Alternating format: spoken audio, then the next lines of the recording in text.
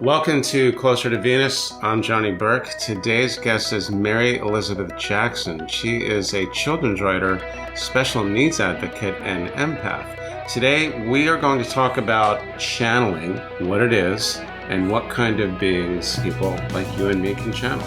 Mary, welcome to the program. Hi, Johnny. Thanks for having me on today. The channeling topic is quite interesting because it not only takes in spirits, but also beings from other worlds, does it not?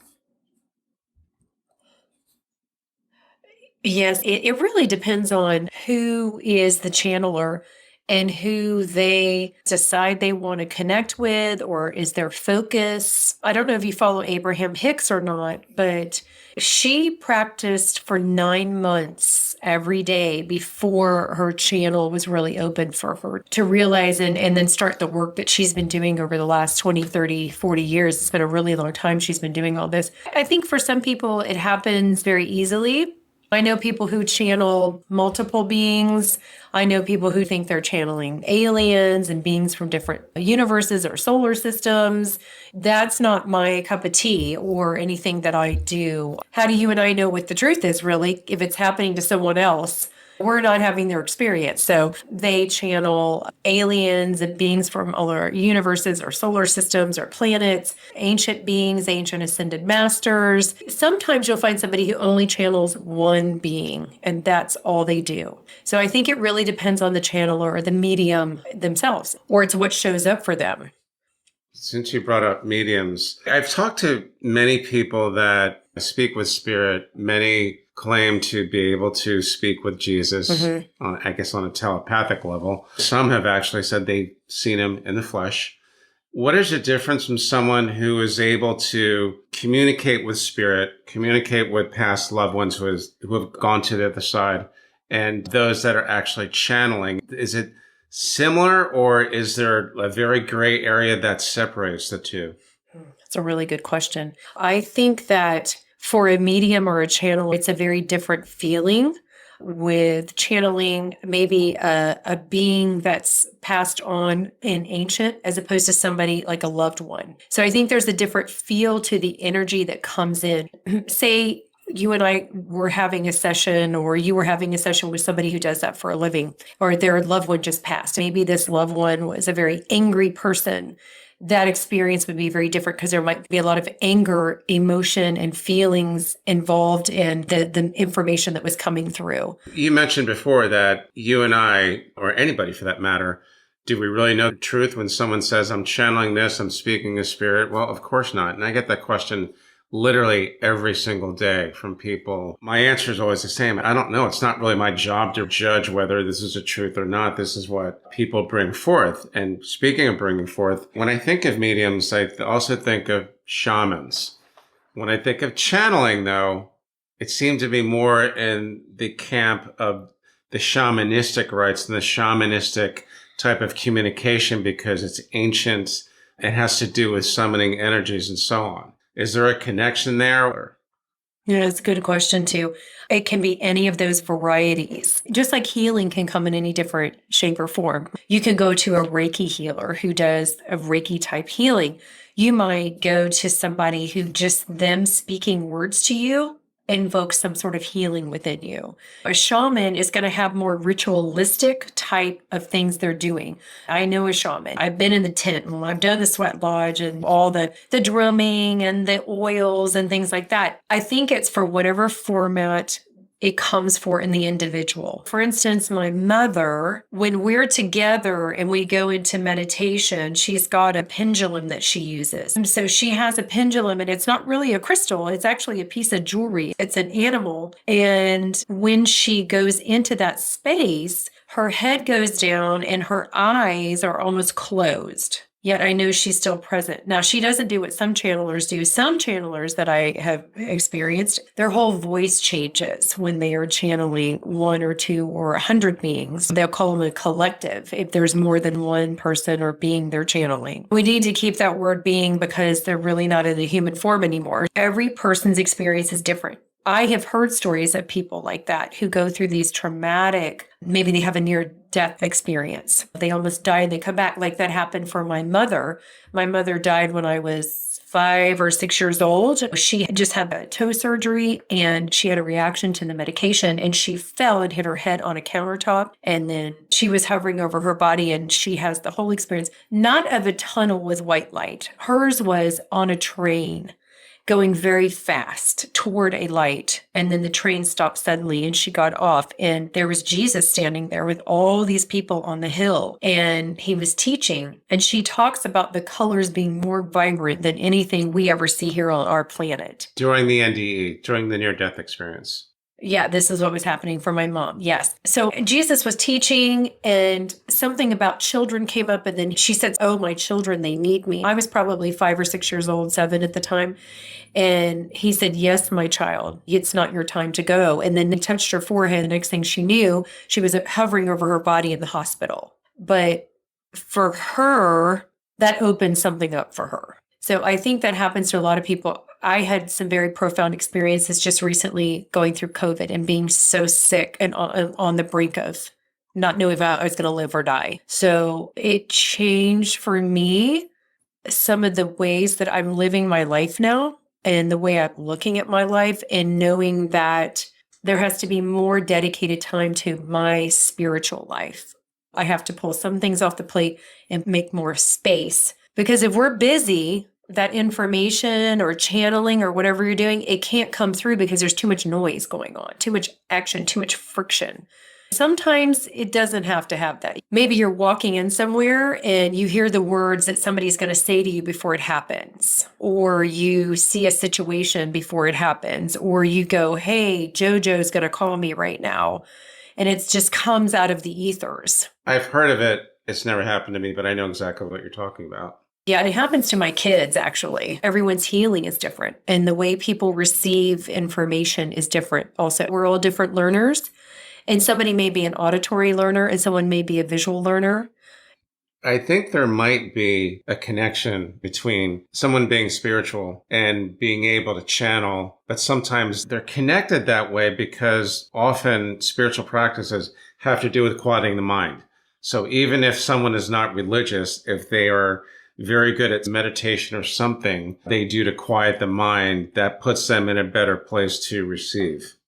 Absolutely. You have to be still and quiet really to get some of that information or answers. I think once you're tuned in, then that information can just be free flowing for you because it's sort of like the other side says, okay, you're an open channel, you're willing to receive. It can be just as simple as, someone's going to call you before they do. I'm sure there's people that are able to do that and they think it's not really that big of a deal. Maybe it isn't. I find it fascinating every time it happens. For me, when it happens, it's like a validation that all of that world exists. Instead of you thinking, does it really? Am I making this up? Right. You know what I mean? So it's sort of that validation. It's also a training for trusting your intuition and your own inner guidance system. Is it a fair statement that in order to be a channel, one does not necessarily have to be religious? They have to do something to quiet the mind to be a receiver.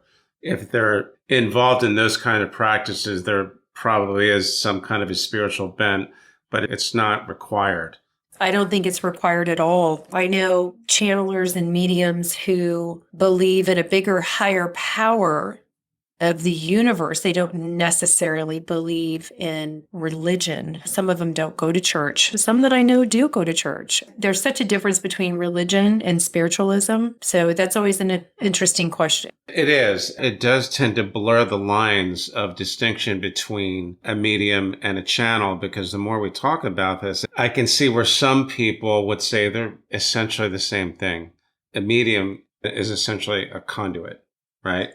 When you think of a conduit and you think of a channel, I'm thinking of electric wires and pipes and stuff like that. And it seems to me channel, conduits, they seem to be very similar. They do. If you think about a metal rod that's on the sand at the beach and that lightning strikes it and the electricity conduits through that and then creates glass, a lot of mediums will allow the energy of the person who's passed to come into their body. And that's a little different than channeling. because it sort of takes over the body, as opposed to channeling is being kind of like an open radio frequency where you receive messages, they come in, you hear them, they're not coming from you because you didn't think of it. So that doesn't take over your body. You don't take on the personality of, say your uncle Jim died and you came to me and said, hey, can we have my uncle come in so I could talk to him? So maybe I go into whatever my trance is or my getting ready to do my work and call that person in. And all of a sudden I'm talking like some 50-year smoking New York person, and I'm a woman, So it's a little different than just receiving messages about things. I remember not too long ago, I interviewed a woman, Gates McKibben, who received messages where she was told by spirit to write. And she wrote 3 books about a group of people. It was centered around a couple. It was a love story that basically spanned thousands of years because this group, the soul group, kept reincarnating over and over again. What she told me was she would receive the messages, she'd write it down, but afterwards, she didn't remember any of it. She would look at it as if it was written by someone else, which I thought was really interesting. Yes. Now, let's talk about entities who have been channeled and entities that you have channeled. So which one do you want to talk about first?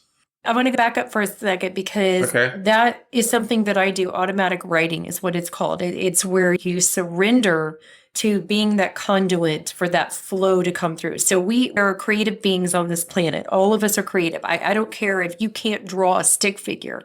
There is some way in the world that you are creative. So if you think about being that conduit and surrendering to the words that come through you, if you want to try this, then just do a minute a day, do 5 minutes a day, and work yourself up to, because anyone can do this. If I'm doing automatic writing, I sit and I ground and connect myself with the earth, and I just release all judgment and ego. And then I'm like, okay, let me be a conduit for constructive information to flow through.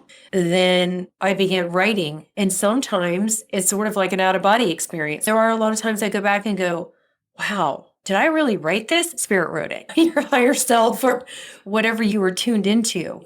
When we're talking about channeling, you have light energy. So your light energy is going to be at a higher vibration. That's God and your higher spirit and Jesus and Mary. Your heavier, denser, slower vibrational energy is going to be what we would consider more negative energy. If you're talking about beings that come from other planets and things like that, I know a couple really famous people who do this kind of stuff.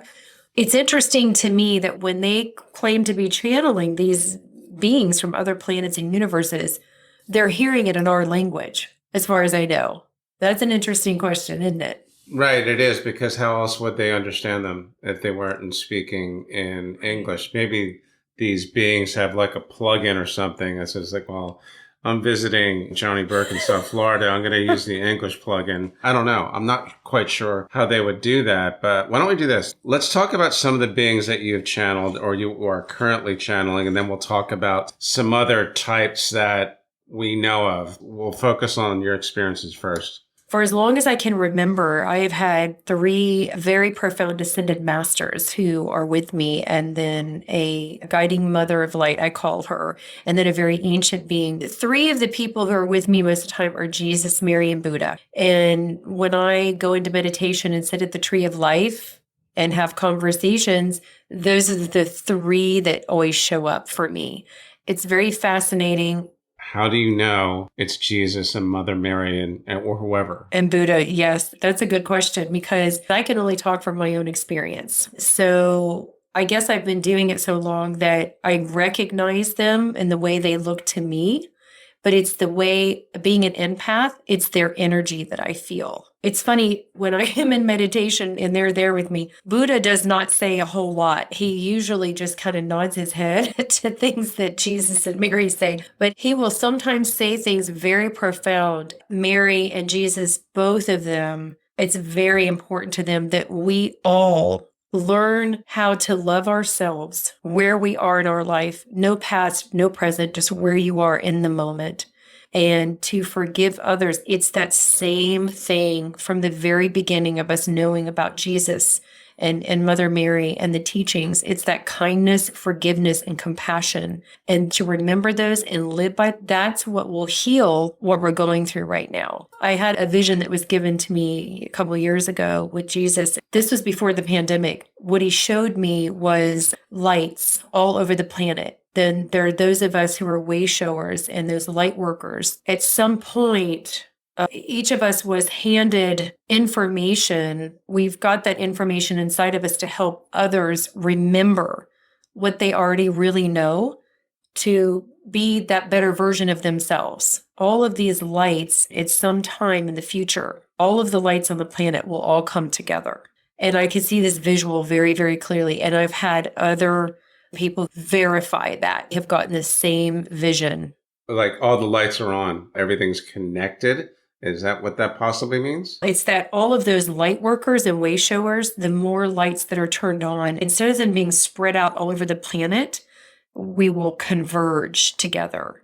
When more than one person prays for someone, that's so much more power, much more powerful than just one person. So if you have a group of like-minded beings or people on this planet who are walking in peace and their energy is pushing that out there in the world, and they're sharing light and love and kindness and respect and forgiveness. Compassion is one of the highest vibrational energies there is. On that note, I couldn't help but notice interviewing people on Closer to Venus, there's been quite a few people that openly profess their love for Jesus. Most of them are not even religious. Some will even go as far as to say, Bible's junk, throw it out the window. There's so much stuff in it. It makes it almost too much work to really find the truth of divine love. Mm-hmm. But I thought that was very interesting.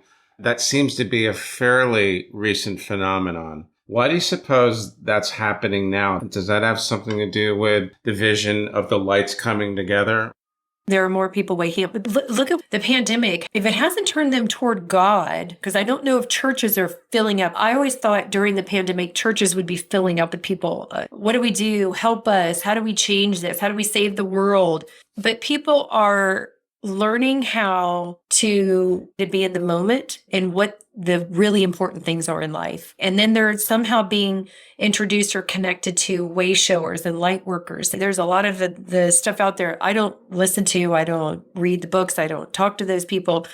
I have to go on what my experiences are. And being an empath, because we're a planet of duality, there is a judgment on that, I understand. But if you walk into a room of people and you get kind of like the heebie-jeebies about someone, it doesn't mean it's a judgment. It means it's an awareness that maybe that person is not vibrating at the same vibration as you, and it might cause a little friction or may not be the best for you. So you need to self-care and maybe go sit with someone else that feels better to you. It's a vibe. It's a vibe. You could be at the gym or a coffee shop, and you might feel like talking to some person or a group of people, but you just don't get that friendly vibe. And you start to think, is it my imagination? Probably not. Am I being judgmental? You see your neighbor, you want to say hi, but they're like trying to avoid as many people as possible and only saying hello when they really need to, which I guess it's just the way they are. You haven't had experiences with beings from other star systems and planets and so forth. Right. Not that you know of. Not that I know of or tuned into. Now, in my dreams, I have, but not sitting there going into meditation. I have not, but in my dreams. Since I was as young as I can remember, always seeking the truth about God. It was like something that drove me as a child. I think when you're channeling, it's a discernment thing too. What feels safe or good, a good vibe, like you're saying, for you to talk to or channel, unless you want to channel some evil being. Which is exactly what I wanted to ask you about. I know that many mediums set the boundaries, setting boundaries against any dark spirits or whatever you want to call them. I honestly don't even want to talk about it, but I know it exists. So when people channel, is it a practice where they have to do the same thing to kind of set the boundaries so they don't run afoul of any spirits that might not have their best interests in mind? Everyone I know does that. You do an opening and a close in whatever fashion that you do it in. When I'm at the end, I seal everything with God's light. What's yours is yours, what's mine is mine, and our session is complete. There are boundaries everywhere. We have physical boundaries, we have energetic boundaries. There's a lot of work I've had to do with clearing the space in my home. I've had to learn about those protected boundaries for myself because of being so sensitive. So yes, you do have to set those perimeters for yourself, that the only light is here, only higher vibration may enter my home is a temple for God. Those are some of those protective boundaries that people I know do, as well as myself. For someone that is interested in learning how to do this, how to channel, where do they start?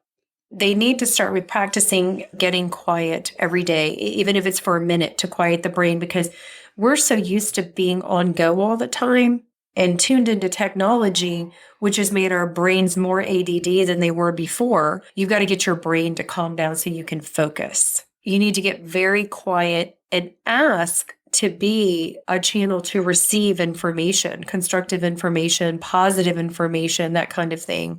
I would keep a journal, write what your experiences are. If you have a question, write it down and then get really quiet and center yourself. Go into your heart space, right there where your heart is, and see if an answer comes to you. What I've noticed since having COVID, every single day that I'm doing this, I'm seeing the results I'm seeing come from it in the place that it's allowing me to be. It's helping my body heal. It's helping me to stay in more of a place of groundedness and peace. So it's worth putting that time in. I think it can also eliminate any kind of negative connotation with someone calling themselves a medium. They can be a channel and not even talk about it. As a channeler, as a Reiki healer, which I'm hearing an awful lot about Reiki healers these days as well. And they're amazing. Absolutely amazing. It actually does seem to be a safe entry into the world of the intuitives, because it's like going to a chiropractor or something, as opposed to going to a medium. Some people are probably afraid to even admit they do that because their friends might ridicule them. Jesus did say to me, he was handing down his teachings, his lessons, and his want for us to talk about him and teach the ways, because now in the time we're in, no one will be persecuted like he was in the days that he was alive. He was persecuted for his beliefs because it went against the system. But now we have a collective whole of people all over our planet who are looking for peace and calm and forgiveness and people getting along and the world being a better place. Hopefully, compassion will eventually be the new cool. In one of my recent interviews about a woman who communicates with Jesus, like you, seems completely normal. She doesn't have 15 different color braids and doesn't live in the Amazon forest.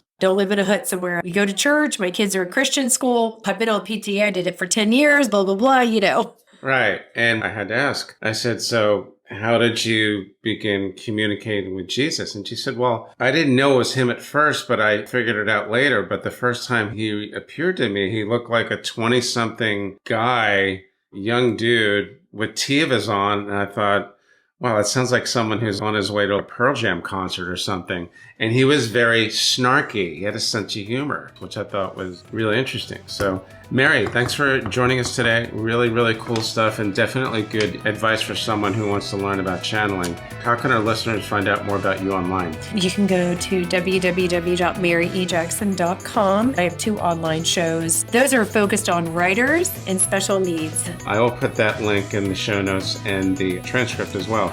You've been listening to Closer to Venus. I'm Johnny Burke. If you enjoyed today's episode, please consider subscribing. You can also leave us a review on iTunes as well. For more info, please go to closertovenus.com. Thanks for tuning in, and we'll see you next time.